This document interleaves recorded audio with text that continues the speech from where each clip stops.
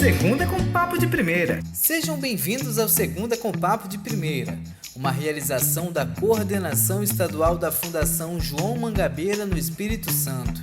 Esse podcast é a seleção dos momentos mais importantes do nosso encontro itinerante. O tema de hoje, Agenda Socialista. Convidamos para esse debate o diretor-presidente do Instituto Jones dos Santos Neves, Luiz Paulo Veloso Lucas. Aqui, todos os participantes podem interagir e participar. Ouça agora. O índice de progresso social, ou índice de prosperidade social, foi desenvolvido nos Estados Unidos por vários pesquisadores liderados pelo Michael Porter, do MIT. Ele é autor de um autor bem conhecido, principalmente um livro chamado A Vantagem Competitiva das Nações. Ele é um homem da área de administração e que teve um impacto muito grande no debate econômico, de modo geral, esses conceitos de competitividade. Ele trabalhou muito neles e depois ele trabalhou também a ideia de que não só as empresas têm padrões de competitividade, mas também os países, as cidades, quer dizer, que é um conjunto de habilidades que define a sua capacidade de ser escolhido pelo consumidor, né? Na competição pela preferência do consumidor. E ele se incomodava muito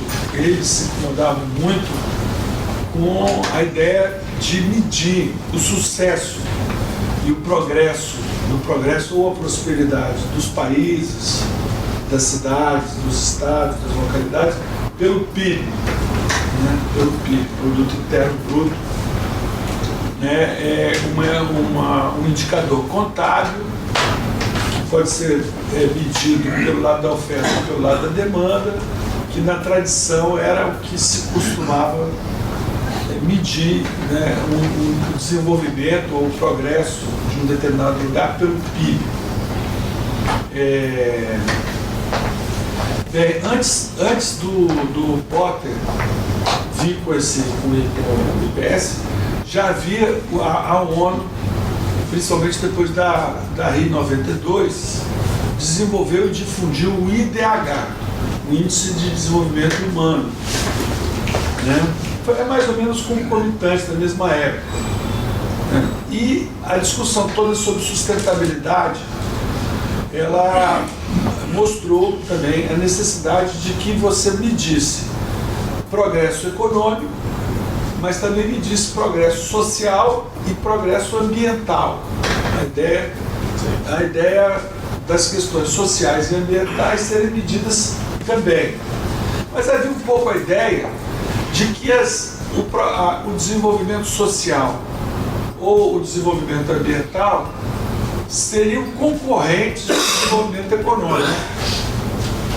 Então, para você poder ter desenvolvimento econômico, você tinha que sacrificar alguma coisa do desenvolvimento social ou do desenvolvimento ambiental. E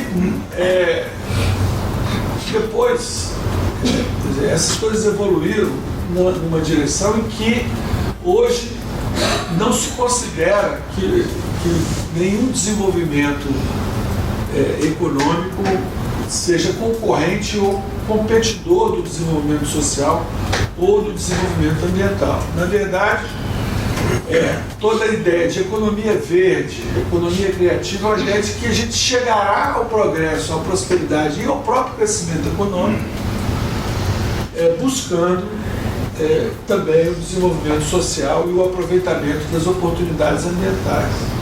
A Natura é um exemplo. Exatamente. Então tem um pouco a ideia de que o desenvolvimento social, que significa o aproveitamento dos ativos humanos, das capacidades intelectuais, cognitivas, culturais das pessoas, isso pode significar também uma oportunidade de crescimento econômico. Então,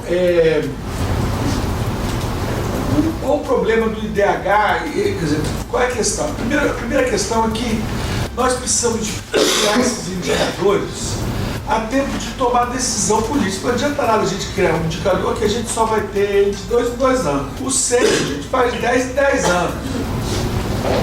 Né? Eu só muito recentemente, quer dizer, há pouco tempo o Brasil introduziu a PNAD contínua, que é o Plano Nacional de Amostras de Domicílio, que é feito continuamente, trimestralmente. Então hoje a gente tem trimestralmente, quer dizer, mesmo o PIB, com todos os programas, a gente só tinha não, e com muita defasagem. Hoje, a cada 3 meses, a gente tem o PIB nacional e o regional. O que é importante é a gente saber que aí está cada trimestre, o Instituto Jorge Santos Neto publica todo mês. Quem não tiver, fazer logo o comercial, pode se inscrever e receber por WhatsApp mensalmente as resenhas que nós fazemos com os resultados da PNAD contínua, com os resultados da RAIS, que é uma outra pesquisa do Ministério do Trabalho, também mede o mercado de trabalho e tal. Então, o que é o IPS? O IPS é um índice de prosperidade ou de progresso social, a gente poder um pouco... Eu acho progresso e prosperidade bem sinônimos, é uma questão mais da gente ver o que a gente deve utilizar. E ele vai medir, ele vai nos dar, ele é dividido em 3 dimensões.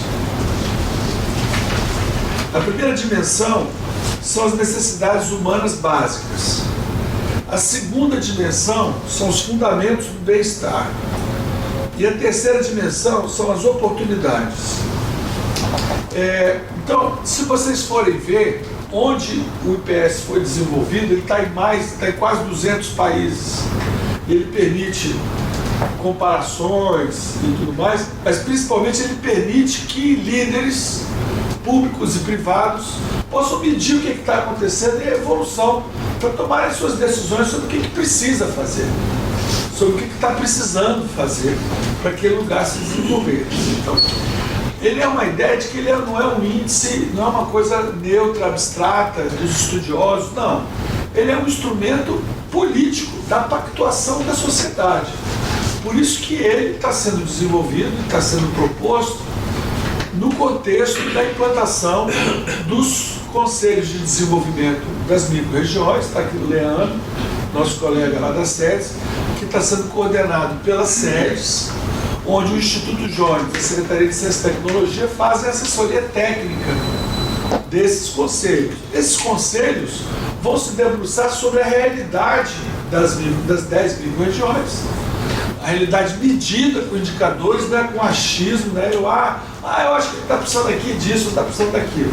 Não, vamos medir, vamos botar esses números, esses indicadores na mesa, para que os prefeitos, os deputados, os empresários, né, os secretários possam olhar e falar, pô, a gente está precisando trabalhar esse assunto aqui, está precisando trabalhar aquele outro assunto ali. Está vendo? É um mapa, é uma espécie de painel de controle para que quem de direito, de responsabilidade, possa fazer. Então, não é uma coisa nem burocrática, nem tecnocrática, nem academicista.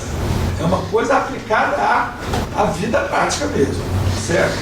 Então, por exemplo, necessidades humanas básicas, nutrição e cuidados médicos básicos, água e saneamento, moradia e segurança pessoal. São 4 áreas que compõem as necessidades humanas básicas. Então nós vamos medir qual é a situação daquele lugar. Fundamentos do bem-estar. Isso. Repete demais. Necessidades humanas básicas. Isso. Eu vou deixar isso aqui. Nutrição e cuidados médicos básicos, água e saneamento, moradia e segurança pessoal. Que são as necessidades humanas básicas. Então, em vez de a gente chegar, como é que estão as necessidades humanas básicas do município tal, do distrito tal, do bairro tal? Né? Então, depois vocês vão ver, tem vários estudos que mostram isso. No fim das contas, existe uma correlação alta entre o PIB per capita e o IPS. Quer dizer, onde se tem mais dinheiro, se consegue conquistar essas necessidades melhor. Mas muito depois e com outras distorções, eu vou falar um pouco disso mais adiante. Fundamentos do bem-estar. A ideia dos fundamentos do bem-estar são aqueles que permitem a manutenção e o aumento das necessidades humanas básicas. Então, quais são os fundamentos do bem-estar? Acesso à educação básica, acesso à informação e comunicação, saúde, bem-estar, qualidade do meio ambiente. Então, essa é a segunda dimensão do IPS, fundamentos do bem-estar. E a terceira dimensão são as oportunidades. São as oportunidades para que essa condição possa se alterar positivamente ao longo do tempo. Quais são essas dimensões? Primeiro, direitos individuais. Naquele lugar os direitos individuais são respeitados, são valorizados, eles são um elemento importante, eles existem, são assegurados, são preservados ou não. É um lugar em que os direitos individuais, né? Liberdade pessoal e liberdade de escolha. Uma dimensão importante das oportunidades. As pessoas podem mudar de profissão, podem mudar daqui para ali, né? Tolerância e inclusão. Uma questão vinculada às várias diversidades e tudo mais, e acesso ao ensino superior. Então, esses são as dimensões do índice ou do indicador de progresso social. Eu queria fazer um comentário para vocês, assim, em relação a algumas distorções que a gente tem e que a gente já viu. Agora nós já tivemos aí, né, Leandro, 4 conselhos, 5, né? 5 agora com Santa Teresa, que eu não estava, foi instalado aí há 2 semanas. A gente olhando os dados, sim, os dados existentes e tal, como a gente vê distorções, né? Por exemplo, o PIB municipal, ele é calculado no Brasil há relativamente pouco tempo.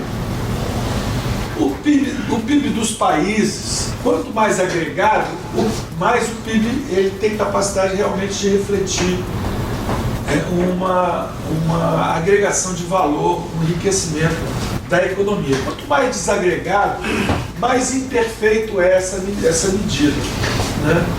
Então você vê, por exemplo, por quê? Porque o PIB municipal ele é medido através de uma proxy, que é como os estatísticos chamam de aproximação. Eu não posso medir censitariamente a economia, eu meço através do valor adicionado fiscal de cada município, que é o que os municípios calculam para poder calcular a cota parte de ICMS. Então eu vou lá na Secretaria da Fazenda, lá tem um documento de obrigações tributárias, as DOTs do município, e através das DOTs eu calculo a participação do município no ICMS. Isso é utilizado como uma proxy da participação do município do PIB estadual e nacional. Assim se chega ao PIB municipal. Então tem muitas distorções, porque por essa conta, o presidente Kennedy é o município mais rico do Brasil. É o presidente mais rico do Brasil. Ele não é efetivo, todo mundo que conhece o presidente Kennedy sabe que o presidente Kennedy não é o município mais rico do Brasil. Mas é o município que tem a maior receita líquida da prefeitura. Quer dizer, é a prefeitura mais rica do Brasil. É a prefeitura mais rica do Brasil. Se a gente for olhar prefeituras, a prefeitura mais pobre do Espírito Santo é Cariacica. A segunda mais pobre é Cachoeiro de Itapemirim, que é uma coisa que mostra uma distorção do PIB. Porque o desenvolvimento social de Cachoeiro de Itapemirim, se você fizer o IPS de Cachoeiro de Itapemirim, ele vai dar como sendo um dos municípios mais sem dúvida nenhuma, é dos 10 municípios com maior progresso social do Espírito Santo. Isso se reflete em outros indicadores, mas o indicador do PIB per capita, ou PIB de Caxias do Itapemirim, como ele é calculado pelo valor adicionado fiscal, ele traz aí uma deformação. Mas isso significa também dizer que a prefeitura de Caxias do Itapemirim, por habitante, ela tem muito menos capacidade de fazer políticas públicas. Isso é verdadeiro. Mas não é verdadeiro que o estágio de desenvolvimento da cidade seja o segundo pior do Espírito Santo. Por isso que é importante o IPS. Se a gente chegar na reunião em Caxias do Itapemirim e for discutir baseado só no PIB, nós vamos chegar a conclusões erradas de o que Caxias do Itapemirim precisa. Eu descobri aí nesse trabalho, nesses meses aí, que na região sul, os 2 municípios mais ricos, as prefeituras, não os municípios, mais ricos são 2 do Rio Preto e de São Lourenço. Porque eles são os menores. Então tem um denominador, na hora de calcular a receita per capita, ele acaba ficando com a receita per capita líquida do tamanho da de Vitória, de R$ 3.500 aí. Por habitante ano, o que efetivamente não reflete a condição real, vamos dizer assim, das necessidades. Por isso que é importante implantar o IPS. E é importante a gente implantar nos 78 municípios e nos 256 distritos. Porque a pergunta sobre o progresso, se a gente falar assim, o desenvolvimento do Espírito Santo, o desenvolvimento aonde? Porque lá em Pedra Menina, em Mundo Novo, depois do Rio Preto, os desafios e os problemas não são os mesmos de Cariacica, de Vitória, ou de São Mateus, ou de Montanha. E também as oportunidades, as possibilidades do progresso social também são outras. Por isso que o nosso trabalho da criação desses conselhos, o governador Renato Casagrande está priorizando, deixa eu terminar meus 20 minutos, aí a gente abre, tá? Está priorizando tanto, né, Leandro? Tá? É uma das coisas mais importantes do discurso do governador, a instalação desse conselho. Porque esse conselho vai permitir que nós, dentro do governo, mas junto com as prefeituras, porque o progresso social não é obra do governo, o progresso social é obra de todo mundo.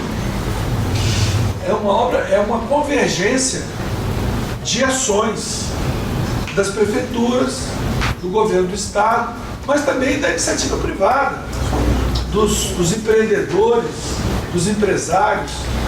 Então, nós achamos que se nós vamos fazer esse trabalho de pesquisa junto com as universidades para poder levar esses dados, essas informações para colocar na mesa do conselho, as sedes vai fazer a secretaria executiva, nós vamos ter 2 representantes, um secretário e um dirigente, pelo menos, representando o governo do estado nesses conselhos, 2 prefeitos, 2 vereadores, a iniciativa privada, o setor produtivo, e já vão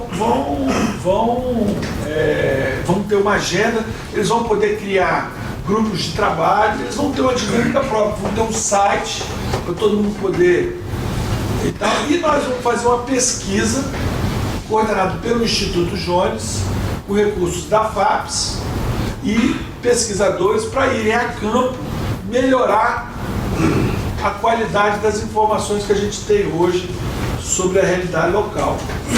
Aí vamos fazer isso vai ser colocado na mesa para eles. E uma das coisas que nós estamos querendo seguir propondo é criar esse indicador, o IPS, e colocá-lo e medir ele em todos os municípios, em todos os distritos, e quem sabe no futuro ter isso, por exemplo, na região metropolitana, nós precisamos ter isso por bairro. A Eduarda, nossa diretora, que foi secretária de Fazenda do Rio de Janeiro, implantou o IPS no Rio de Janeiro por bairro. Ela disse que foi uma das razões de que o prefeito não gostou do trabalho dela, porque ela iluminou a realidade de cada bairro, de cada lugar, realmente com uma luz da verdade e não da marketagem. Você mostrou o tamanho dos problemas definitivamente que existiam onde ele estava, né?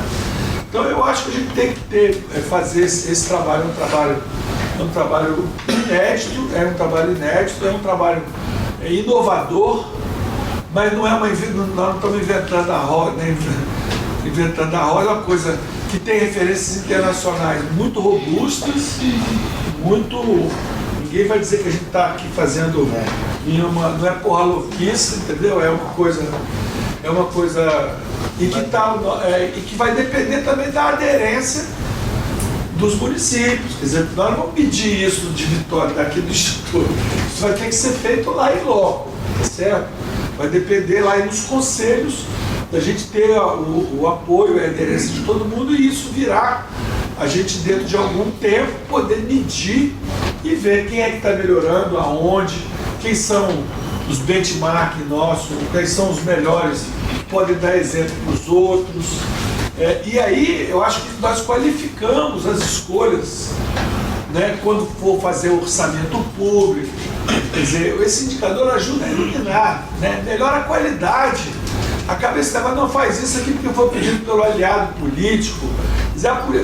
Não é que a politicagem vai acabar, é que nós vamos aumentar a chance das escolhas públicas serem bem feitas, serem feitas com base em evidências racionais e não em achismo, e não para favorecer A, ou favorecer B, ou favorecer C, certo? Então é isso que nós estamos tentando fazer, estamos fazendo aí, e estamos muito motivados, muito animados, e agora nesse segundo semestre a gente vai terminar, né, Leandro, a instalação dos conselhos. Nós vamos fazer logo o edital da pesquisa, aí junto com a FAP, para ter os pesquisadores, instalar os sites em todos os 10 municípios, as 10 micro-regiões, e isso nós esperamos que seja uma coisa que não acabe nunca, seja um método de trabalho que venha, inclusive, a transcender o nosso governo, possa ficar como um legado nosso, como uma maneira inovadora e solidária de trabalhar pelo nosso desenvolvimento, que, por sinal, que é uma coisa que nos une, né? O desenvolvimento é aquela coisa que é a favor de todo mundo, ninguém é contra. Eu nunca ouvi ninguém dizer que seja a favor do subdesenvolvimento. Sou a favor do subdesenvolvimento, nunca vi. O problema é que o moço quer desenvolvimento para mim, não é para você, exatamente, e é preciso medir, qualificar e fazer com que as pessoas possam pactuar convergências em cada canto do nosso estado. É isso.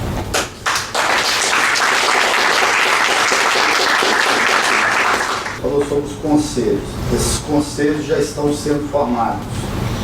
E cada município vai ter um conselho desse. São 10 micro-regiões. Então são por micro-regiões. Micro-regiões. E aí essas micro-regiões vai administrar essa pesquisa na região deles.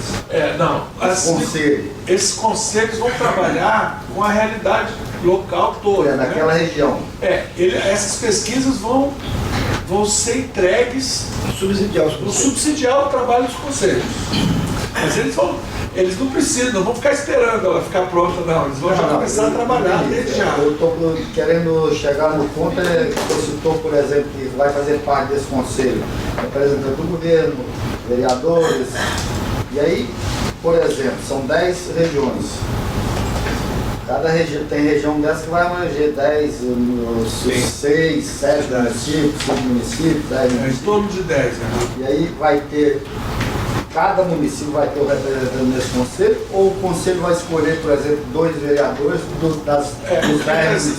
O que nós estamos fazendo é o seguinte, nós convidamos todo mundo. Aí chega lá na reunião da Assembleia, aí pega os prefeitos que foram, se junta, escolhe 2. pega os vereadores que foram, se juntam, escolhe Então dois. vai ser escolhido entre os que estiverem presentes na reunião. Exatamente. Vai ser separado, Não. cada município vai mandar 2 Não. representantes. A gente chama todo mundo. Aham. Como vão ser os mais interessados? É. E aí, completando a pergunta, o senhor citou, por exemplo, um município grande igual a nossa capital, Vitória, ou Cariacica, que tem, Vitória tem 78 bairros. Como vai funcionar isso Na numa Grande cidade Vitória, grande? a Grande Vitória é diferente, porque a Grande Vitória tem uma lei que criou a região metropolitana, tem um negócio chamado CONDEVIT, que é o Conselho de Desenvolvimento da Região Metropolitana de Vitória, que está instalado há vários anos, funciona e tal. E tem o PDUI, Plano Diretor Urbano Integrado da Grande Vitória. Então, na Grande Vitória vai ser a última, até porque a Grande Vitória já tem, o Conselho já tem um plano e nós estamos agora dando prioridade às 9 micro-regiões que não tem nada disso, tá certo? Então, a nossa prioridade hoje está sendo as 9 outras micro-regiões, mas nesse segundo semestre nós vamos convocar o CONDEVIT e vamos botar o CONDEVIT para trabalhar. E aí, depois que estiver tudo pronto, vai ser divulgado para a população ter conhecimento. Divulgar na medida do possível, né? Eu tenho a impressão que explica bem, assim, o Renato tem esse estilo de ser um governador municipalista, né? O primeiro governo tinha muito isso. Eu acho que está se fazendo agora é uma coisa interessante de regionalizar, até para você não ter desperdícios com isso, né? Capacidade de botar políticas que sejam regionalizadas, né? Capazes de atingir uma área maior e orientadas tanto pelo que se obtiver de informação, como pelo conselho, né? Pelos conselhos locais. Tá? Essa é uma coisa. A segunda coisa, eu gosto muito de andar por aí e começar a observar o que tem mudanças, né? Você por acaso botou montanha na comparação, né? Aquela região, né? A partir de botar de Pinheiro ali, que agora tem a represa pronta. Muricy. Né? Não, a de Pinheiro. Ah, de Pinheiro. Tá. Que é o lagão que vai até, né? Botando ali como região, assim, subindo isso, né? Montanha, Mucurici até Porto Velho, principalmente Mucurici, espetacular, exemplo, modelo. Mudou, não era mais aquele lugar que você ia, que não tinha água, que só tinha casa, não sei o que. Você agora, né, a questão do recurso hídrico está bem evoluída, já superou, né? Você tem soluções muito interessantes. Mesmo assim, a região está perdendo população. Continua perdendo, até porque essas coisas ainda não começaram a acontecer, de regionalizar e levar... Lá é interessante, lá eles têm um dos melhores exemplos de cooperação municipal, que é o Prodinorte. O Prodinorte é consórcio. Nós temos vários consórcios no estado de saúde, de meio ambiente, de resíduos sólidos. Isso vão todos convergir para os conselhos. Dentro desses conselhos, os consórcios vão trabalhar, certo? E as várias áreas, né, vão estar ali, quer dizer, nós estamos fazendo uma coisa, a orientação, né, o trabalho que a gente está fazendo aí, estamos procurando fazer uma coisa muito assim, não burocrática, a grande preocupação de não burocratizar isso, né, Leandro? O Paulo Meneghelli, que é o nosso, agora está como secretário lá das séries, né, que tem conduzido esse trabalho e tudo mais de forma muito assim, para poder permitir que a adaptação, cada lugar, as vocações. Mas o importante que a gente está vendo assim, o feedback que a gente está tendo é da vontade de participar. Isso significa confiança no trabalho do governo, confiança na liderança do governador. Entendeu? Isso é um ativo, isso é um capital, amigo, que não é qualquer um tem, não. Entendeu? Hoje em dia, essa crise de confiança que existe, né, da política e tudo mais, de chamar as pessoas para participarem. E tantas vezes, mas não adianta nada, já teve outras vezes, não vai dar em nada. E talvez as pessoas são céticas, elas não acreditam que é possível de acontecer alguma coisa melhor. né? Então, nós estamos mostrando um discurso muito realista. Diz, olha, ninguém vai trazer o desenvolvimento para a região nenhuma, não. Desenvolvimento você não é um negócio que você bota dentro da mala e leva para lá, entendeu? E se desenvolvimento fosse só ter dinheiro, o presidente Kennedy era um lugar mais desenvolvido do planeta, entendeu? E não é, cara. O problema é gestão e organização. O buraco é mais embaixo. Então está o problema. Só para finalizar. É isso mesmo. Só para finalizar, esse conselho ele vai ter o poder de sugerir soluções e as pessoas perguntam muito isso. Ah, ele é consultivo, ele é deliberativo. Ele é deliberativo sobre sua própria posição. Mas ele não tem autoridade para dizer o que as secretarias de governo vão fazer. Só ter sugestões. Mas ele é deliberativo. Olha, o conselho da região tal decidiu por unanimidade que tal assunto é prioritário. Você acha que o governador não vai ouvir, o secretário não vai ouvir, não vai ser debatido?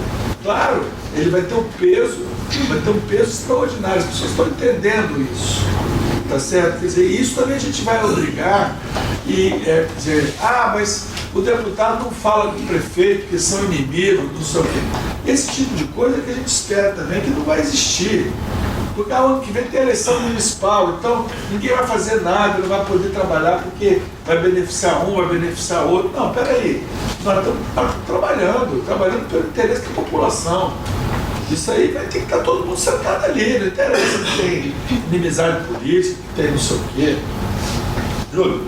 A minha pergunta é sobre o município de Cariacica, que você anda lá na rua, você vê aquele tanto de comércio, você sai à noite, aquele tanto de bares, então isso gera lucro ao município, que é imposto. É receita, né? Lucro então isso, lucro é da parte privada, sim. Era a receita. A receita. Qual foram os dados que vocês pesquisaram e chegaram a dizer que o município de Cariacica hoje é o mais pobre? Não, o município, eu falei, a prefeitura. Isso, a prefeitura. Ela não arrecada? Sim, mas a receita, isso aí é medido, tá lá no site da Secretaria da Fazenda. Ela tem a menor receita per capita, tem uma população muito grande e a menor receita per capita entre os 78 municípios do estado. Entendi. Entendeu? Então isso é menos de R$1.000 por habitante ano. Logo em seguida vem Caxeta do Mirim com R$1.100. Então é muito difícil, quer dizer, por exemplo, isso é um problema para Cariacica ter, por exemplo, atenção básica. Para Cariacica poder prover, por exemplo, creche. Cariacica não é unidade de saúde, atenção básica. A receita corrente de Cariacica, ela não é suficiente para cobrir até. É diferente. Vitória, você tem uma rede. Você pode botar o Bill Gates, prefeito de Cariacica, ele não vai resolver isso aí. Não é um problema de gestão, é uma questão estrutural. Por isso que o tema de Cariacica e da receita corrente, equilibrar a receita corrente dos municípios é decisivo para eliminar as distorções que existem. Por isso que a criação do conselho é fundamental. É fundamental. Aliás, eu tenho estado lá fazendo palestra na equipe do Juninho. Eu falei, olha, se tem um município que precisa da região metropolitana, é Cariacica. Cariacica tem que se apropriar da região metropolitana. Entendeu? Porque Cariacica tem o que ganhar com a região metropolitana. Muito bom. Entendeu? Inclusive, eu acho bobagem esse negócio, vai ter a verdade. A grande Vitória pertence a todo mundo. Ela não pertence só à Vitória. A grande Vitória pertence a Cariacica. Cariacica é a grande Vitória. Vila Velha é a grande Vitória. Entendeu? Então, a grande Vitória tem que ser uma coisa de todo mundo. Não é. E ela é uma marca forte. É óbvio que Vitória é mais conhecido do que Cariacica, do que Serra. Eu acho bacana, louvável essa formação dos conselhos. Eu sou da Federação FAMOPS. Que legal, tá? Muito bom. Sou coordenadora de Educação e Cultura da FAMOPS. Sou do Conselho de Educação e Cultura também. E eu estudei... eu tinha muito assim, dificuldade de aceitar empresas, né, quando ela entrava, principalmente na área ambiental, porque eu sou ambientalista ativista, eu estudo também. Quando eu comecei a estudar a Natura, como o professor estava falando, eu mencionei, a Natura ela começou assim, ouvindo conselhos próximo a ela. né? Porque quando ela extraía, não tem as matérias para poder fazer os seus produtos, ela não aproveitava no restante e não escutava os ribeirinhos da região. Então ela falou assim, nós precisamos fazer uma ação que faça a gente aproveita essas outras matérias-primas, né, que faça a gente também ser uma empresa sustentável. Então foi quando ela formou, né, eu não sei se era um conselho, né, mas um diálogo aberto com a comunidade trouxe para dentro, trouxe os artesãos, então a gente aproveita todo tipo da matéria-prima, né, do cultivo, dos gremes, dos shampoos e para fazer os artesanatos. Então, assim, eu acredito muito nisso, eu dou parabéns, porque eu acho que isso é um caminho, escutando a comunidade local, quando o senhor fala assim, a gente não leva o progresso está dentro do município. Quem vai, né, trazer para os Jones e para essas pesquisas são os próprios moradores em si, que estão morando ali, que sabem as suas necessidades, né, e do crescimento, e também é importante da questão do empreendedorismo, né, que vai fazer gerar essa economia, né, local. Muito bem, é isso mesmo. A gente tem uma expressão que agora está sendo mais usada, que é uma expressão de contabilidade, que é ativo. Né? A ideia de o que é um ativo? O ativo é um capital, né? É um ativo, é um capital. Porque o ativo é uma riqueza transformada em capital. O capital é aquela riqueza que é capaz de gerar mais riqueza, né? Então, hoje se fala em ativos ambientais, quer dizer, cobertura florestal, recursos hídricos, biodiversidade, são ativos ambientais. Quer dizer, eles são patrimônios que têm capacidade de gerar mais riqueza. Sim. Né? Então, quer dizer, eu não vou gerar riqueza destruindo ativos ambientais. Daquela velha história, quer dizer, se você pegar um país cheio de árvores e cortar as árvores e vender, todas as árvores e vender, o PIB naquele ano que você cortou e vendeu, cresce uma enormidade. Ele é um país muito rico. No ano seguinte, ele não tem mais nada. O pessoal do sul da Bahia gosta muito de dizer que um badejo vivo em abrolhos gera 10 vezes mais riqueza do que ele na panela.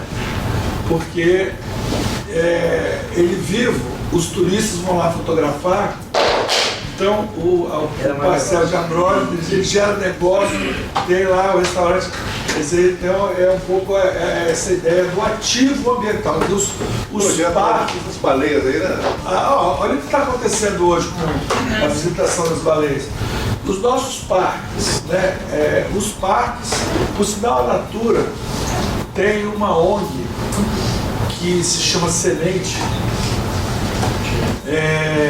que é destinada a ensinar os municípios a fazer contratos de concessão na exploração dos parques e das áreas de preservação. Porque uma área de preservação ambiental não é para ficar intocada, não é para ficar numa campândula de vidro, é para ser usada de forma sustentável, gerando riqueza para a comunidade. Então, se eu tenho um parque que está fechado à visitação, que não tem atividade de educação ambiental, que não tem atividades de entretenimento e lazer, ele é um ativo desperdiçado.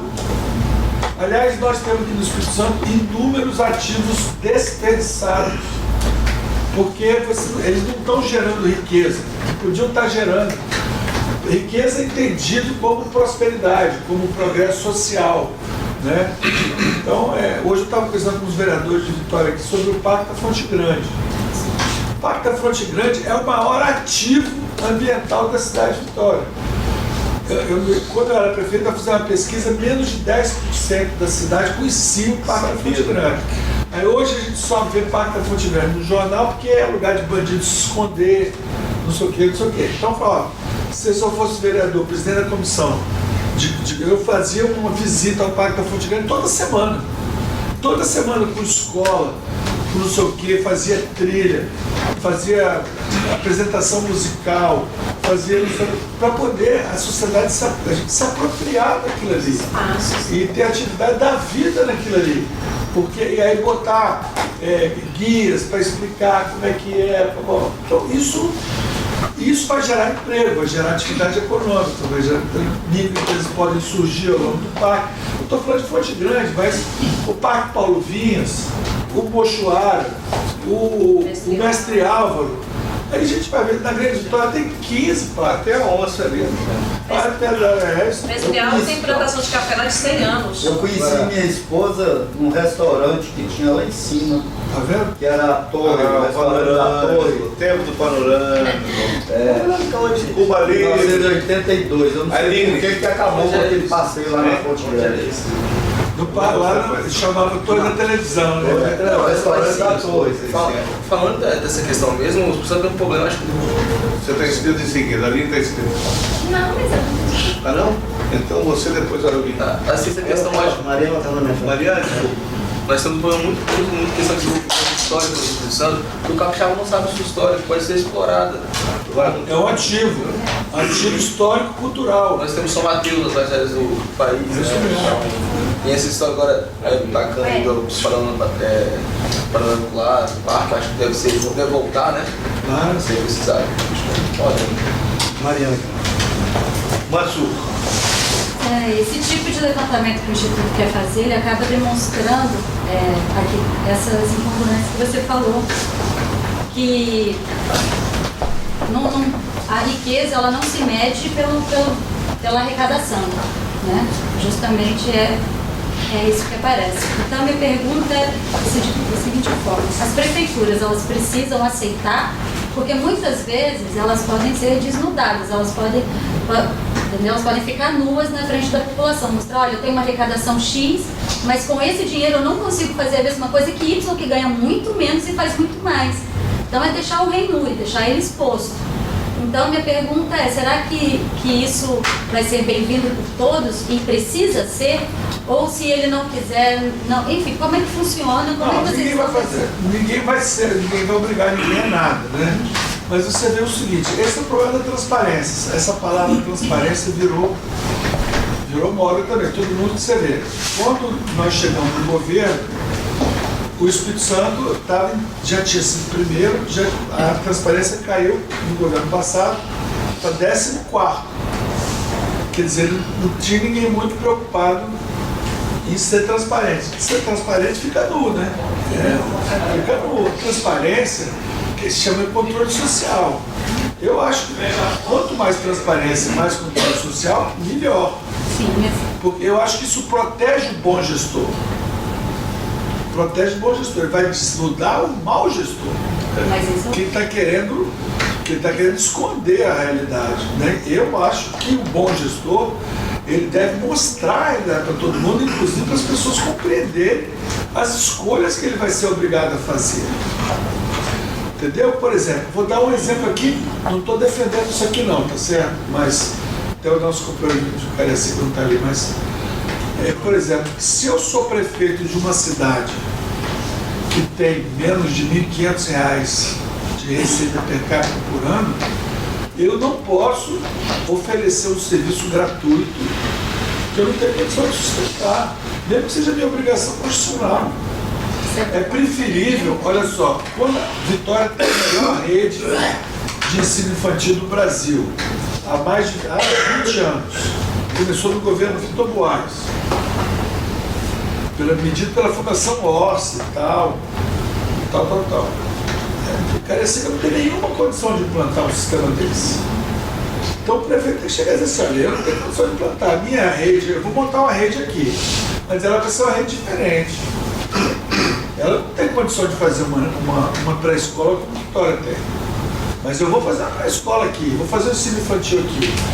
Vou ter que ter voluntário da comunidade, vai ter que trabalhar com parceria com a iniciativa privada, porque eu não tenho condição, eu boto ali, agora, não é uma coisa fácil de falar para as pessoas, mas eu acho que você iluminar os dados da realidade ajuda o bom gestor. Eu tenho que acreditar que isso, que o caminho é esse, não é esconder. É ser realista. É ser realista, entendeu? A gente ser a gente ser realista. Mas o prefeito que não quiser, por exemplo. Não, ninguém, no Brasil ninguém é obrigado a fazer nada. O prefeito não é obrigado a colaborar com o outro, nem colaborar entre si, não é obrigado. Mas o conselho não pode ser criado pela prefeitura, não? Não, o conselho está sendo criado, nós convidamos. Não teve nenhuma reunião que não foi prefeito nenhum. Pelo menos algumas regiões vai todo mundo, outras vão só alguns, entendeu? Se o prefeito quiser se excluir desse trabalho, ele vai ser feito independente. Dele. Vai ser vontade. Conselho. Olha, Leandrão. Olha, mas Paulo, para complementar essa resposta que você deu agora que a colega fez ali, a gente teve essa semana passada a primeira reunião pós-implantação do Conselho, foi lá da região Central-Sul, foi em Antiga Viváqua. Das 21 pessoas que foram escolhidas ou indicadas para poder participar do Conselho, 20 estavam presentes lá, para você ver. E a única que não estava justificou. A vereadora Renata. A Renata mandou representando, mas teve uma pessoa que disse que iria e não foi. E além dessas 20 pessoas, tínhamos mais um prefeito, mais um vereador, mais um secretário de outro município, que é porque eles estão se inteirando e estão se apropriando desse processo. E a pauta foi bem produtiva, tipo assim, que os próprios conselheiros já chegaram com essa realidade de que não tem receita pronta, de que não tem assim, tem que fazer isso e assim. Então, a gente não vai reinventar a roda. Então, diversos atores vão colocar dos estudos, dos trabalhos que já foram feitos. Os próprios conselheiros propuseram isso. Vamos identificar isso que já foi feito, avaliar em que estágio que está, o que evoluiu ou não, para poder já começar desse caminho, para não ter que recomeçar do zero.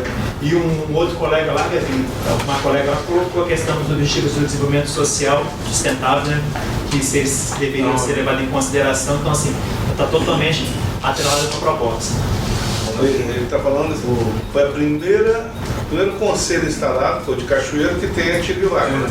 Isso aí. E eles são itinerantes, então já conseguiram sair do centro lá de Cachoeiro de ir para a cidade. Porque você falou Tibivaca, mas ele não chama de não.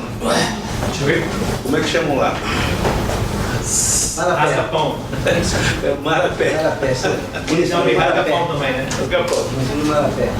Olha bem, só uma informação, o ADS, estou conversando com eles lá na DERES e estou marcando uma palestra para todo mundo lá, todos os servidores da DERES. Vou te avisar, o pessoal da ADS está lá, a gente vai iniciar uma atividade, uma ação com eles ali. Para frente, inclusive, até mais na frente, colocando o seu ADS, né, em pauta, né? Acho que isso é legal. Depois a gente pode pensar um pouquinho sobre isso lá. Até para poder eles participarem da gente, com a gente nos conselhos. O conselho, Maria, é uma forma participativa, democrática de fazer gestão, né? As pessoas são convidadas a estarem lá, debater os assuntos e levarem. E essas coisas depois, claro, vão ser tratadas orçamentariamente, né? Tem uma outra dinâmica que tem que ser vista, mas é uma ideia muito boa. Mas eu queria falar sobre o seguinte. Eu vejo assim, no momento que a gente passa no Brasil, a gente precisa ter bastante pragmatismo nas nossas ações, né? Eu acho que a gente precisa pensar no interior, não tem outra forma de fazer, a não ser com os pequenos negócios, rurais e urbanos. Pensar uma grande empresa do interior que não vai rolar, não é? Vai fazer o quê? Uma empresa lá, ou esperando, lá, vai fazer o quê? Não tem uma possibilidade de ter uma empresa grande lá. Nós temos que estimular os pequenos negócios. E é possível fazer muita coisa com isso. Lá em Murici, por exemplo, tem uma associação de catadores. A renda média para as 8 pessoas que ficam lá na associação é por volta de R$3.000. R$2.500, R$3.000 por mês eles ganham. Uma associação de catadores.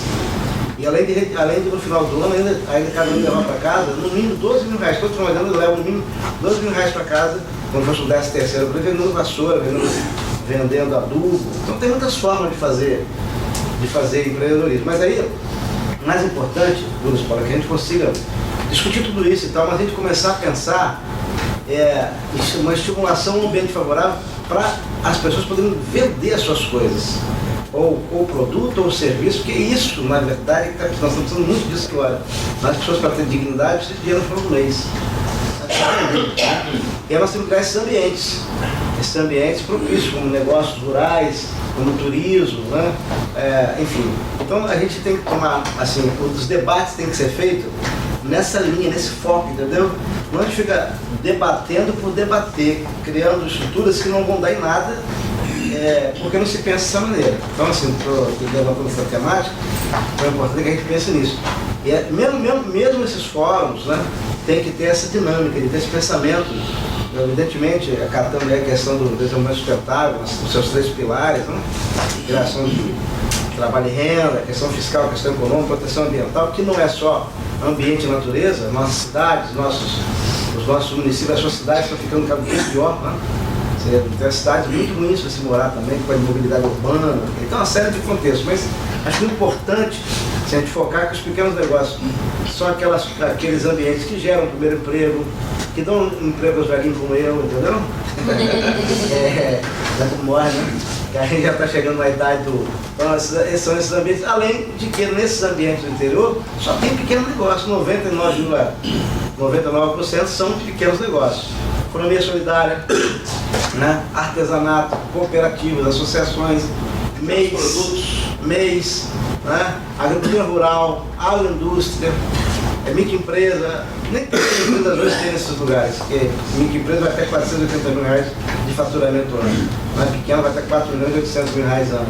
Então precisa ter um foco muito voltado para isso, para esse debate, porque nós temos que criar ambientes maiores, nós pensando no pequeno negócio.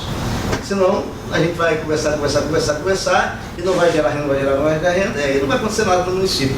Quando você fala, quando a Guerra fala aqui que essa de Cariacica, porque não, a Cariacica tem um problema, porque é um município muito grande, com muita gente e arrecada pouco, né? Arrecada pouco, ou seja, tem poucas grandes empresas lá ou o mesmo negócio que possam fazer isso melhorar. E aí, não cabe a gente discutir isso, mas não importa, eu acho que toda a nossa discussão no Estado precisa ter que apontar, porque o Brasil passa a discutir fortemente essa questão do federalismo, né? Esse é um assunto que um dia nós temos que tomar coragem para discutir isso, né? Porque do jeito que está, vai ficar muito difícil. Os municípios estão quebrados, literalmente quebrados. Não só quebrados, mas com muitas atividades, obrigações. E além da judicialização, né? Ele falou aqui, por exemplo, o município não pode prestar serviço, não pode pagar, mas aí vem o juiz, o Ministério Público, determina que o prefeito faça ou vai ser preso. Aí tem que fazer, aí sai, desmonta, então tem muitas coisas para se discutir, evidentemente que não dá para resolver tudo, e o conselho, né, o fórum regional, o conselho, vem um pouco para isso, para discutir, para poder viabilizar essas outras formas aí de fazer com que o município tenha uma vivência melhor, né? Então é isso aí. Para finalizar, importantíssimo o Instituto Joana Santos, nessa nova fase do governo Renato, importantíssimo, aliás, daqui a pouco eu vou lá perturbar você muito, porque eu preciso muito de você lá. Portanto, nós temos que ter dados, levantamentos, essas coisas ajudam muito a gente a fazer gestão. Né? E o Luiz Paulo, que está na presidência, é um cara extremamente preparado e tem uma visão enorme dessas coisas todas, ajuda muitos técnicos ele a pensar de forma diferente. Então isso tem trazido uma dinâmica muito interessante, né? Em relação a essas informações e a gente espera que isso dê muito resultado aqui no nosso governo socialista. Por exemplo, nós dividimos hoje lá o peixe, foi lá em cima no Bigode, lá no Nazaré, né? Permita a palavra, um puta desafio, né? Pensar o morro. Habilidade criativa. E nós estávamos um dia em Brasília lá assistindo um seminário, participando de um seminário sobre economia criativa.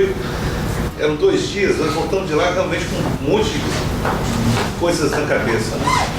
E uma das coisas era pegar um lugar aqui, na região urbana, concentrar ali umas ideias capazes de dinamizar a economia, de pensar essas coisas todas que nós estamos falando aqui. E um outro se fosse rural, né? Talvez você pudesse até falar um bocadinho só disso aí, antes da Rogéria ter escrito.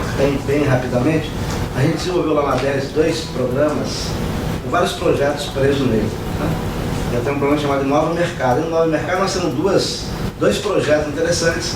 Um é esse, Comunidade Criativa, que a gente está fazendo espécie de uma adoção lá do Jesus Nazaré, o nosso companheiro está sempre lá com a Renato Fernando, né?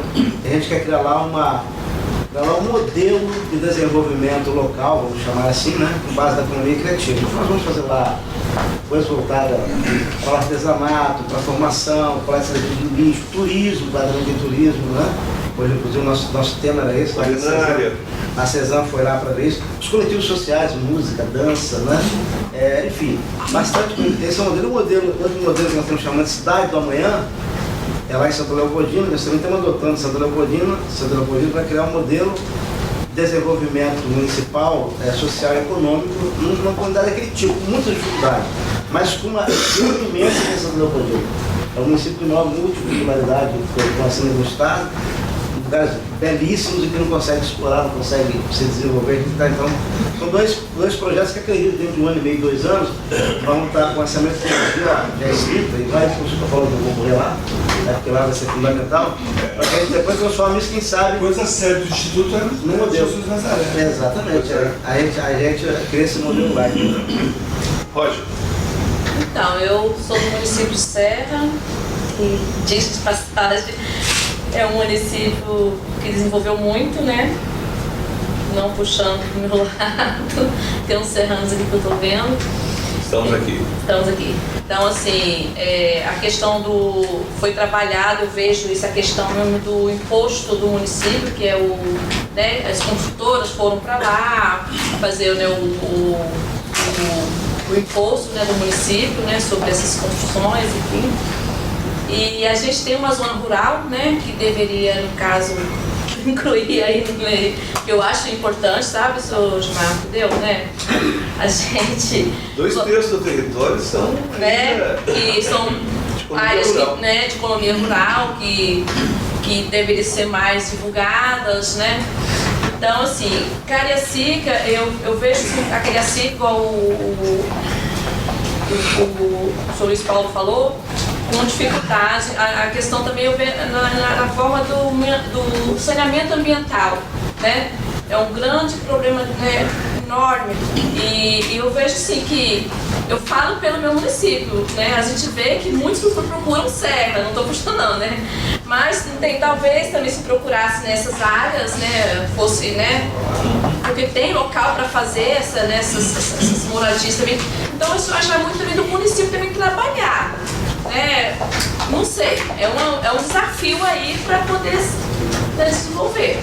Tem falado nas reuniões dos conselhos que, assim, tentando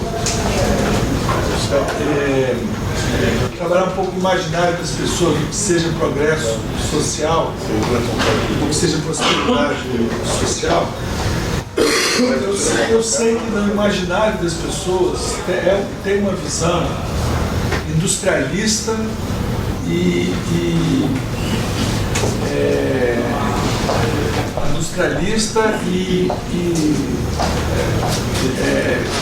megalópole, né?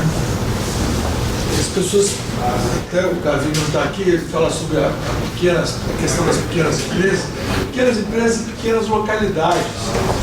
Ninguém precisa, o Espírito Santo tem 4.800 vilas rurais, 256 distritos. Mas ninguém mora na roça, ninguém quer morar no século XVII. O desafio dessas pequenas localidades é ter a mesma qualidade de vida de qualquer lugar. O que todo mundo quer? Estrada que dá para passar, telefone com celular funcionando. Então, quer dizer, o que eu tenho falado nessas reuniões de conselho do interior é que nós precisamos de nos mirar qual é o nosso modelo. Nós podemos olhar, olha como tem brasileiro indo para Portugal. Daqui é o interior de Portugal. Portugal é o tamanho do Espírito Santo, o tamanho das cidades, das vilas. Eles vivem de quê? Eles vivem de agricultura, turismo, só que trabalham de forma profissionalizada, tem infraestrutura, se desenvolveram com base nessas vocações. Cultura, né? Então, eu quando visitei Portugal pela primeira vez, ela não era modelo para nada. Tem mais de 30 anos. Não era modelo de nada. E hoje é modelo. E ela se desenvolveu baseada em quê? Como é que é o interior da Espanha, o interior da França, o interior da Itália, produzindo produtos artesanais, produtos da agricultura, da culinária. Aí, o que é economia criativa? Junto com gastronomia. Então isso tudo regionalizada, né? Qualifica. Então lá em Cachoeira da Pinheirinha, a gente fala pro pessoal, gente, vocês da região daqui, pô, Cachoeira, a região de vocês, quer dizer, é uma região que tem ativos ambientais, ativos culturais espetaculares para virar desenvolvimento, para virar progresso social. Depende de vocês se articularem e pactuarem a ação em torno daquelas medidas. Eu falo, sabe, olha aqui, pensa num aeroporto regional aqui, que traga o turista do Rio, de São Paulo, direto para Cachoeiro. Daqui ele pode visitar Caparaó, para emprego. Daqui ele pode, se tiver o ramal ferroviário reativado, ir para a região de Pedra Azul. Quer dizer, aí vai ficar na pousada, vai comer no restaurante, vai comprar o artesanato. Quer dizer, como é que é o desenvolvimento no interior desse país do sul da Europa? Que são de onde vieram nossos imigrantes. Que nós temos uma cultura semelhante. Então, mas turismo não é um setor da economia. Turismo é um indicador de progresso social. Ninguém vai visitar um lugar que não mereça, que as pessoas que não tenham qualidade de vida, que não tenha segurança, que não seja bem recebido. Não precisa ser. Todos os lugares podem ser destino turístico, certo? A Torre Eiffel recebeu mais visitantes no ano passado do que o Brasil inteiro. Só a Torre Eiffel. Né? Para não comparar com Paris, a cidade do Cabo na África do Sul é um destino turístico maior do que o Rio de Janeiro, do que qualquer país, do que qualquer lugar no Brasil. Né? Então, turismo não é um setor da economia. Turismo é um indicador para você, de certa maneira, se arruma. O turismo ele dinamiza todas as demais atividades e dinamiza as vocações locais. E as pessoas vão lá ver o queijo parmesão mais vendido no mundo. Os dois queijos parmesão mais vendidos no mundo são italianos, é o Grana Padano e o Parmigiano Reggiano. Isoladamente, o Parmigiano Reggiano é o queijo mais vendido no mundo. São 17 cooperativas, não é nenhuma empresa.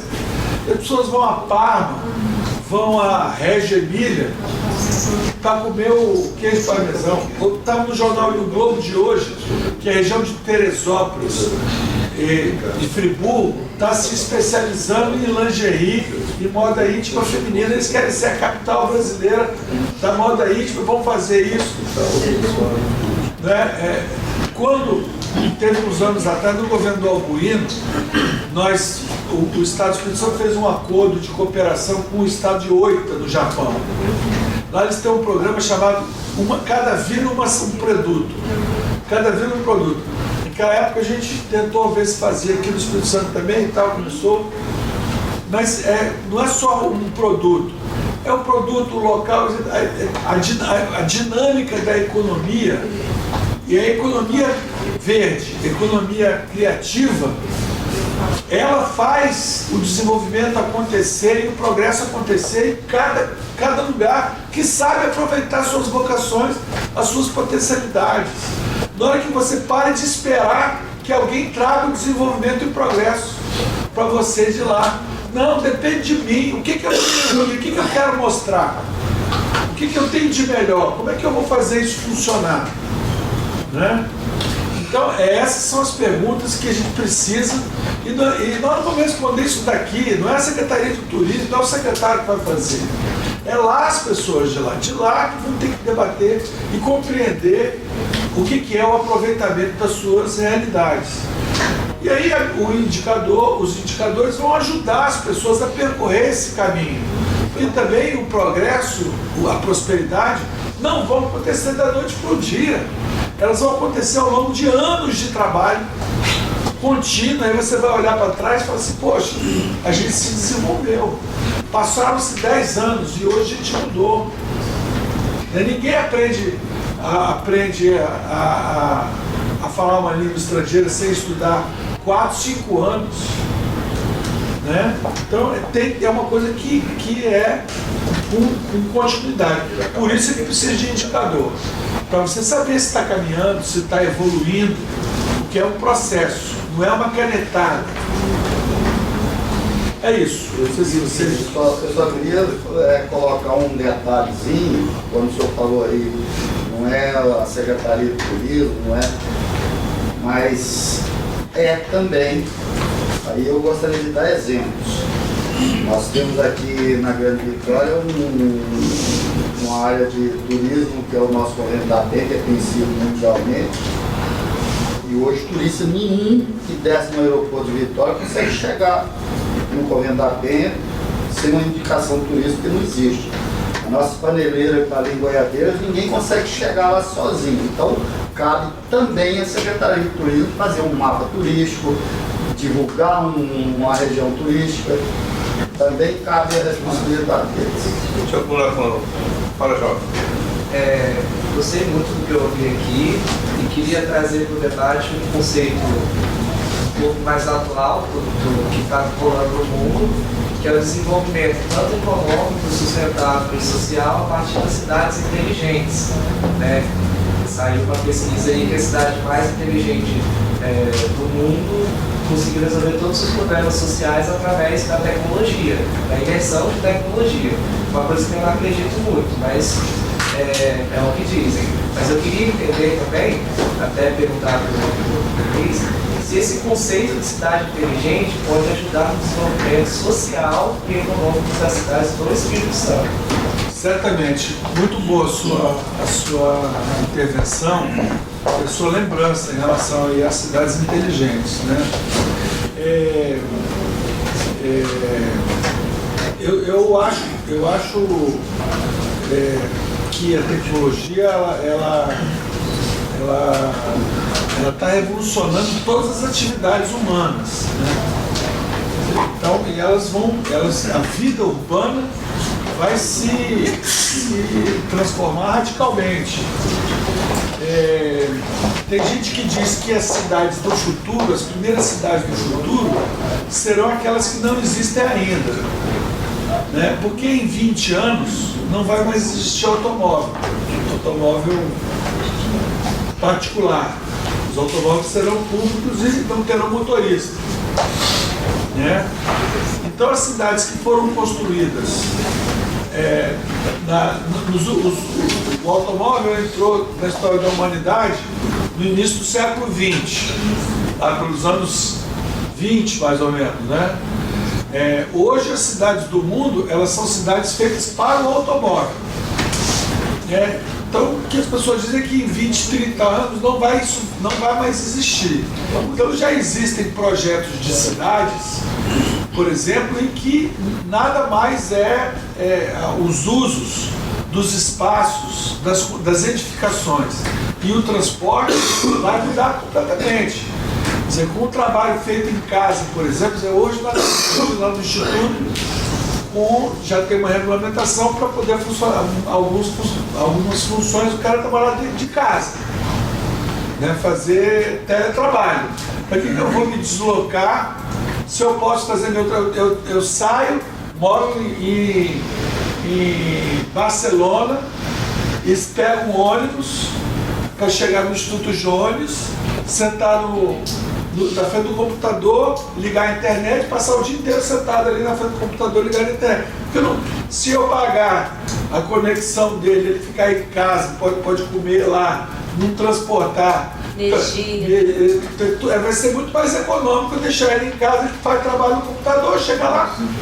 Ele não vai precisar de ir todo dia lá, vai lá de vez em quando tiver uma reunião, alguma reunião que ele não possa fazer por Skype, que não possa fazer. Então, a questão participativa também, mesmo, por exemplo, o enfrentamento de problemas sociais graves, as áreas de ocupação desordenada, as favelas, estava falando aqui do Jesus de Nazaré, quer dizer, hoje você pode chegar com os aplicativos e fazer as pessoas, a questão participativa pode deixar de ser uma burocracia.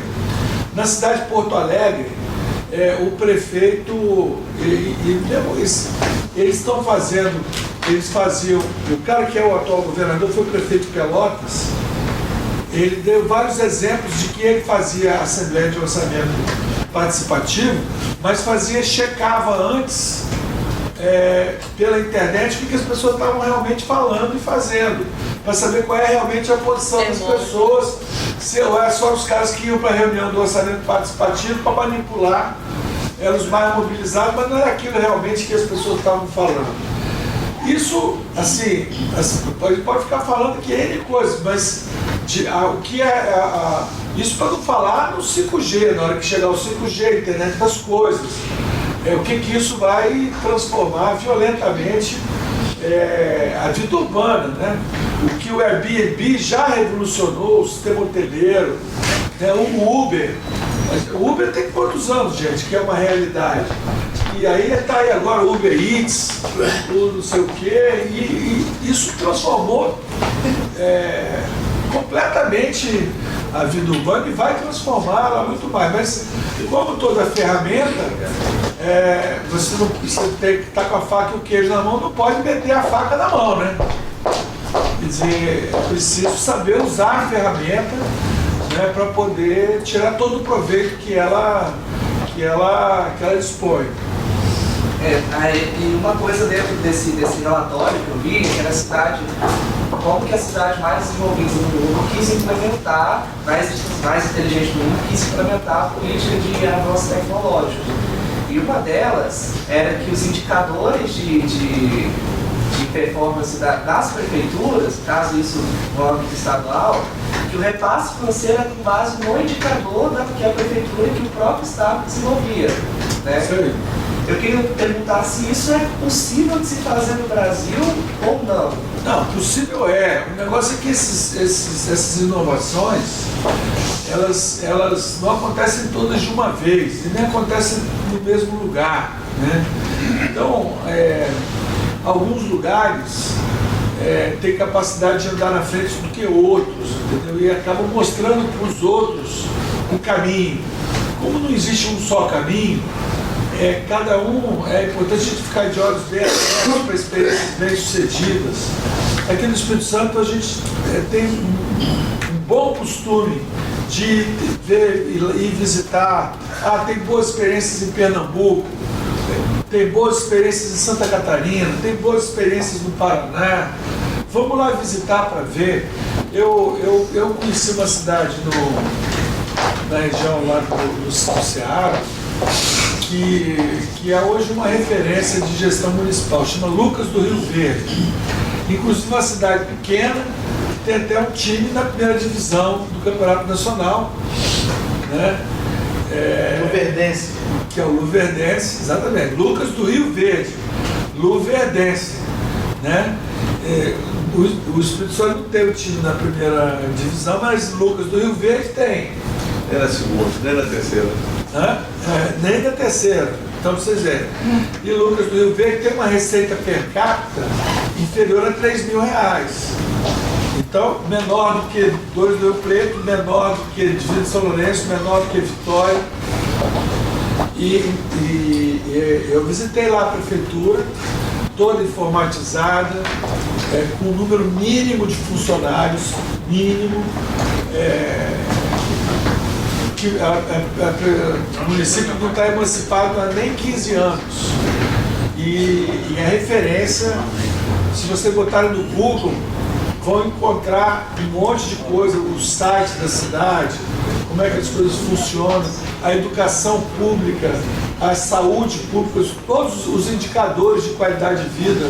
É uma cidade assim, espetacular, pequena, emancipada há pouquíssimo tempo, e gerida, eu não conheço nenhuma cidade rural, né, basicamente aquela região de soja, né, tal,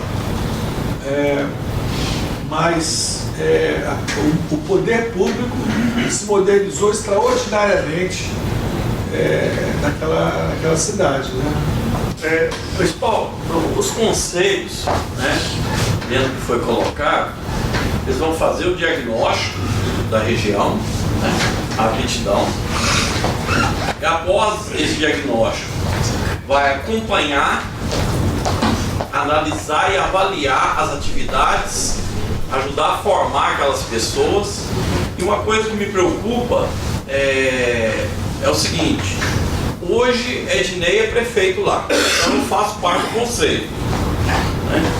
Da coisa não ficar muito pessoal, porque tem que ser bem profissional. Eu tenho 10 integrantes desse conselho, que esse trabalho tem que continuar com a saída do Ednei, né? Então é preocupante isso aí. E como é que é o cuidado para isso aí se tornar perene? Eu gosto de dizer o seguinte, que não existe vacina para maus gestores, né? Nada nos protegerá de maus gestores. Eu queria só...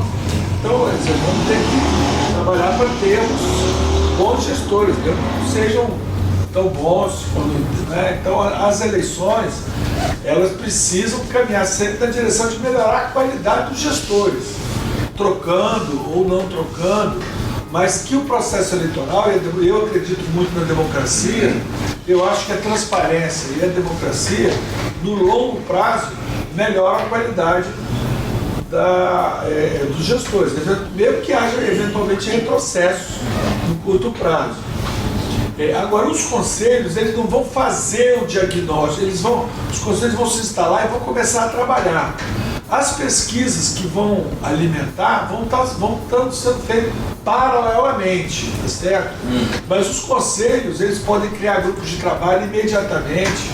Por exemplo, lá em Cachoeiro de Itapemirim, tem temas que estão colocados já na ordem do dia, da região Central-Sul, por exemplo, a questão do aeroporto, a questão da ferrovia, da revitalização da ferrovia, a questão da diversificação agrícola. Por exemplo, tem as universidades lá que estão trabalhando diversificação agrícola para aumentar a renda da terra e a atividade para oferecer. A UFES tem uma pesquisa grande lá de floricultura, no campus lá de Alegre, para diversificar, porque a floricultura tem que dar uma renda espetacular, muito acima das outras opções de atividade agrícola. Questões ambientais, como a questão de ter uma ONG no Sul muito atuante, que é o Pacto pelas Águas, que faz um trabalho voluntário de monitoramento das microbacias, e tal. Então, pode criar grupos de trabalho, aqueles problemas que já são óbvios, que já são evidentes, ou aquelas oportunidades que já foram identificadas, não devem ficar esperando ficar o diagnóstico pronto. Pode começar a trabalhar imediatamente. Já tem o diagnóstico. Já tem, trabalha com o que a gente tem. Informação e conhecimento é uma coisa que é por sedimentação, né? Você nunca sai da ignorância para a sabedoria da noite para o dia. É uma coisa. E outra coisa, tem muita coisa que já foi feita, como o Leandro comentou aqui, coisas que já foram feitas, estudos feitos no passado, planos feitos no passado que não foram implementados ou que ficaram pelo meio do caminho, que é preciso ser revisitado, né? A gente não achar que nós estamos começando o mundo hoje, o mundo está começando hoje. Esses lugares têm um trabalho que já tem vindo, né? O pessoal de Pedra Azul, por exemplo, está trabalhando a questão de transformar a região de Pedra Azul num patrimônio cultural da humanidade, da Unesco.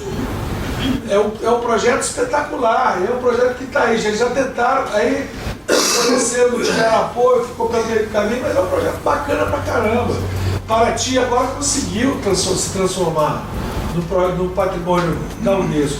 Isso alavanca muito o desenvolvimento, o progresso, da visibilidade, entendeu? Em cada lugar, quer dizer, o trabalho do diagnóstico, o trabalho de pesquisa e tal, construção dos indicadores, nós vamos fazer. Na hora que eles ficarem prontos, forem ficando prontos, a gente vai levando. Mas os conselhos não vão ficar esperando esse trabalho não, porque eles já têm um acumulado de conhecimento. Eles não começaram hoje, eles estão lá, as prefeituras têm todas as informações. tem os consórcios de saúde, de consórcios de resíduo sólido, né? Coisas que já existem, as bacias, consórcios comitês de bacia, fórum. Então, eles sabem também onde o calo aperta e tudo. Então, eles vão começar a trabalhar. O incentivo que nós estamos dando, né, Leandro, é para eles tacarem o pau. Tacarem o pau. A pesquisa vai chegar. As pesquisas vão chegar, os estudos, para ir melhorando o conhecimento, para dirimir alguma dúvida, tá certo? Luiz, nós já estamos chegando mais para o final, que tem possibilidade de a gente ir fechando, mas aproveitar para, além do que nós falamos hoje aqui, do índice, dos conselhos, né, o Instituto está acompanhando essas políticas públicas todas do governo, né? Então nós temos anúncios de muito, e o governador está numa velocidade, né? Ele está ansioso, ele quer fazer coisas rápido, né? 4 anos passa rápido. Mas contingenciado por conta do orçamento, que é um orçamento ainda, estamos trabalhando com ele, que veio do governo passado, mas contingenciado ainda por conta do ambiente econômico nacional, né? As incertezas da situação nacional, mas né? E ele ansioso para fazer muita coisa e muito rapidamente, né? Eu participei hoje pela manhã de uma reunião lá na Ceturb, que agora cuida do transporte além da Grande Vitória, né? Também está tratando do transporte fora entre os municípios. E eu fui acompanhar um grupo de vereadores porque Santa Teresa, como virou agora um lugar que tem muitos serviços públicos mais regionais, né? Da saúde, do Detran, enfim, começou a ter necessidade de que o ônibus mude a rota desde Baixo Guandu para trazer o pessoal a Santa Teresa, né?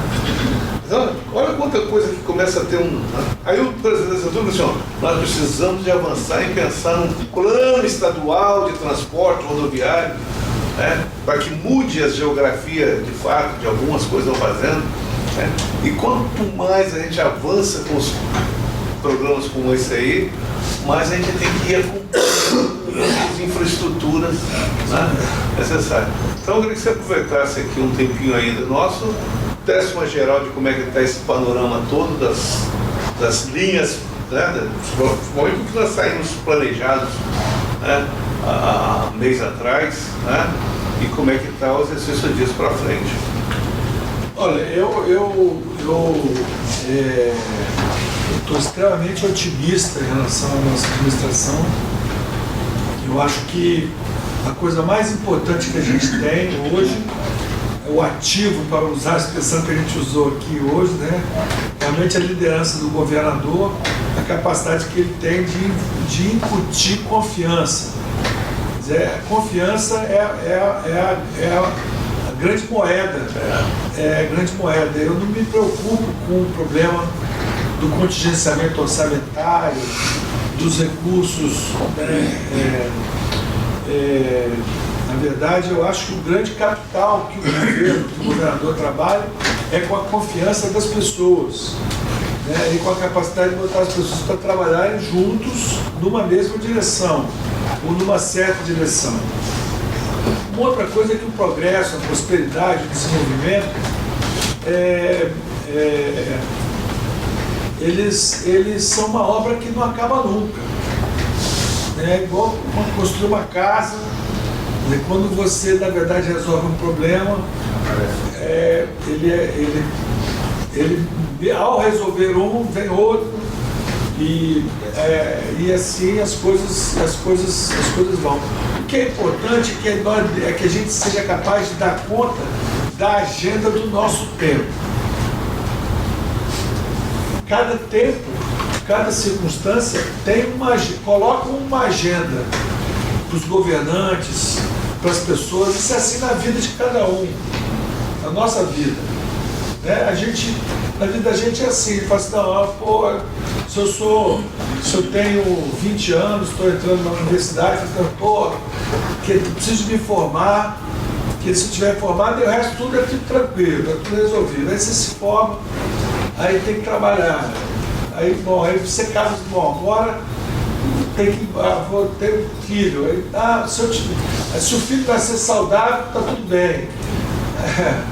Aí depois vem a vida do filho, aí, não, quando ele se formar, já a vida não acaba, né? Os problemas vão se sucedendo, os problemas e os desafios, um vem depois do outro, tá certo? Então eu acho que o próprio conceito de planejar as coisas do que fazer, ele é muito dinâmico, né? Porque ele está sendo revisto a cada dia, na medida em que a gente vai conseguir dar conta da agenda. Deu conta da agenda, veio outras questões, novas agendas, mais desafiadoras do que a anterior. A gente fica com saudade dos problemas que a gente já resolveu. Mais exigentes. Mais exigentes, né? Então eu acho que o governo está indo super bem. Eu acho que nesses primeiros 6 meses, meu balanço, minha avaliação, é uma avaliação extremamente positiva, extremamente otimista. Nós conseguimos escapar das principais armadilhas políticas que estavam colocadas aí, umas cascas de banana, vinculadas à questão do equilíbrio fiscal, vinculadas ao problema da segurança pública, da questão da greve da PM, vários problemas cabeludíssimos, né, que estavam colocados aí e que nós conseguimos enfrentar. Teve o acordo com a Petrobras, que nos permitiu dar um salto extraordinário em termos de inovação com a criação dos fundos soberanos, do Fundo Soberano e do Fundo de Infraestrutura. O desenvolvimento regional é uma abordagem corajosa para o processo de melhoria da qualidade da gestão, inovador, entende que uma boa gestão não é uma questão tecnocrática, entende que é preciso ter política de boa qualidade para fazer uma gestão competente, né? Entende que equilíbrio fiscal é um meio, não é um fim em si mesmo, né? Então são todas questões de alta complexidade que foram enfrentadas pelo governador, pelo nosso governo, e eu acho que isso aponta na direção de um sucesso importante, né? Que é uma obra todo dia. O sucesso do governo, ele depende de qualidade técnica e de qualidade política. Todo dia. Depende de unidade da equipe, depende de solidariedade, depende de visão de futuro e depende de não gastar o capital político, o capital de confiança, né? É preciso realimentá-lo todo dia, né? Então, o que eu tenho assim é comemorar esses 6 meses de trabalho, né? Fico feliz de estar aqui na reunião da Fundação João Mangabeira, o PSB, que é o partido líder da nossa aliança, do nosso governo, né? Está de parabéns, né? Pode sempre contar comigo como companheiro de governo, como cidadão, como militante político também, né? aliado, entusiasmado com o trabalho que nós estamos fazendo. Muito bem. Bom, obrigado.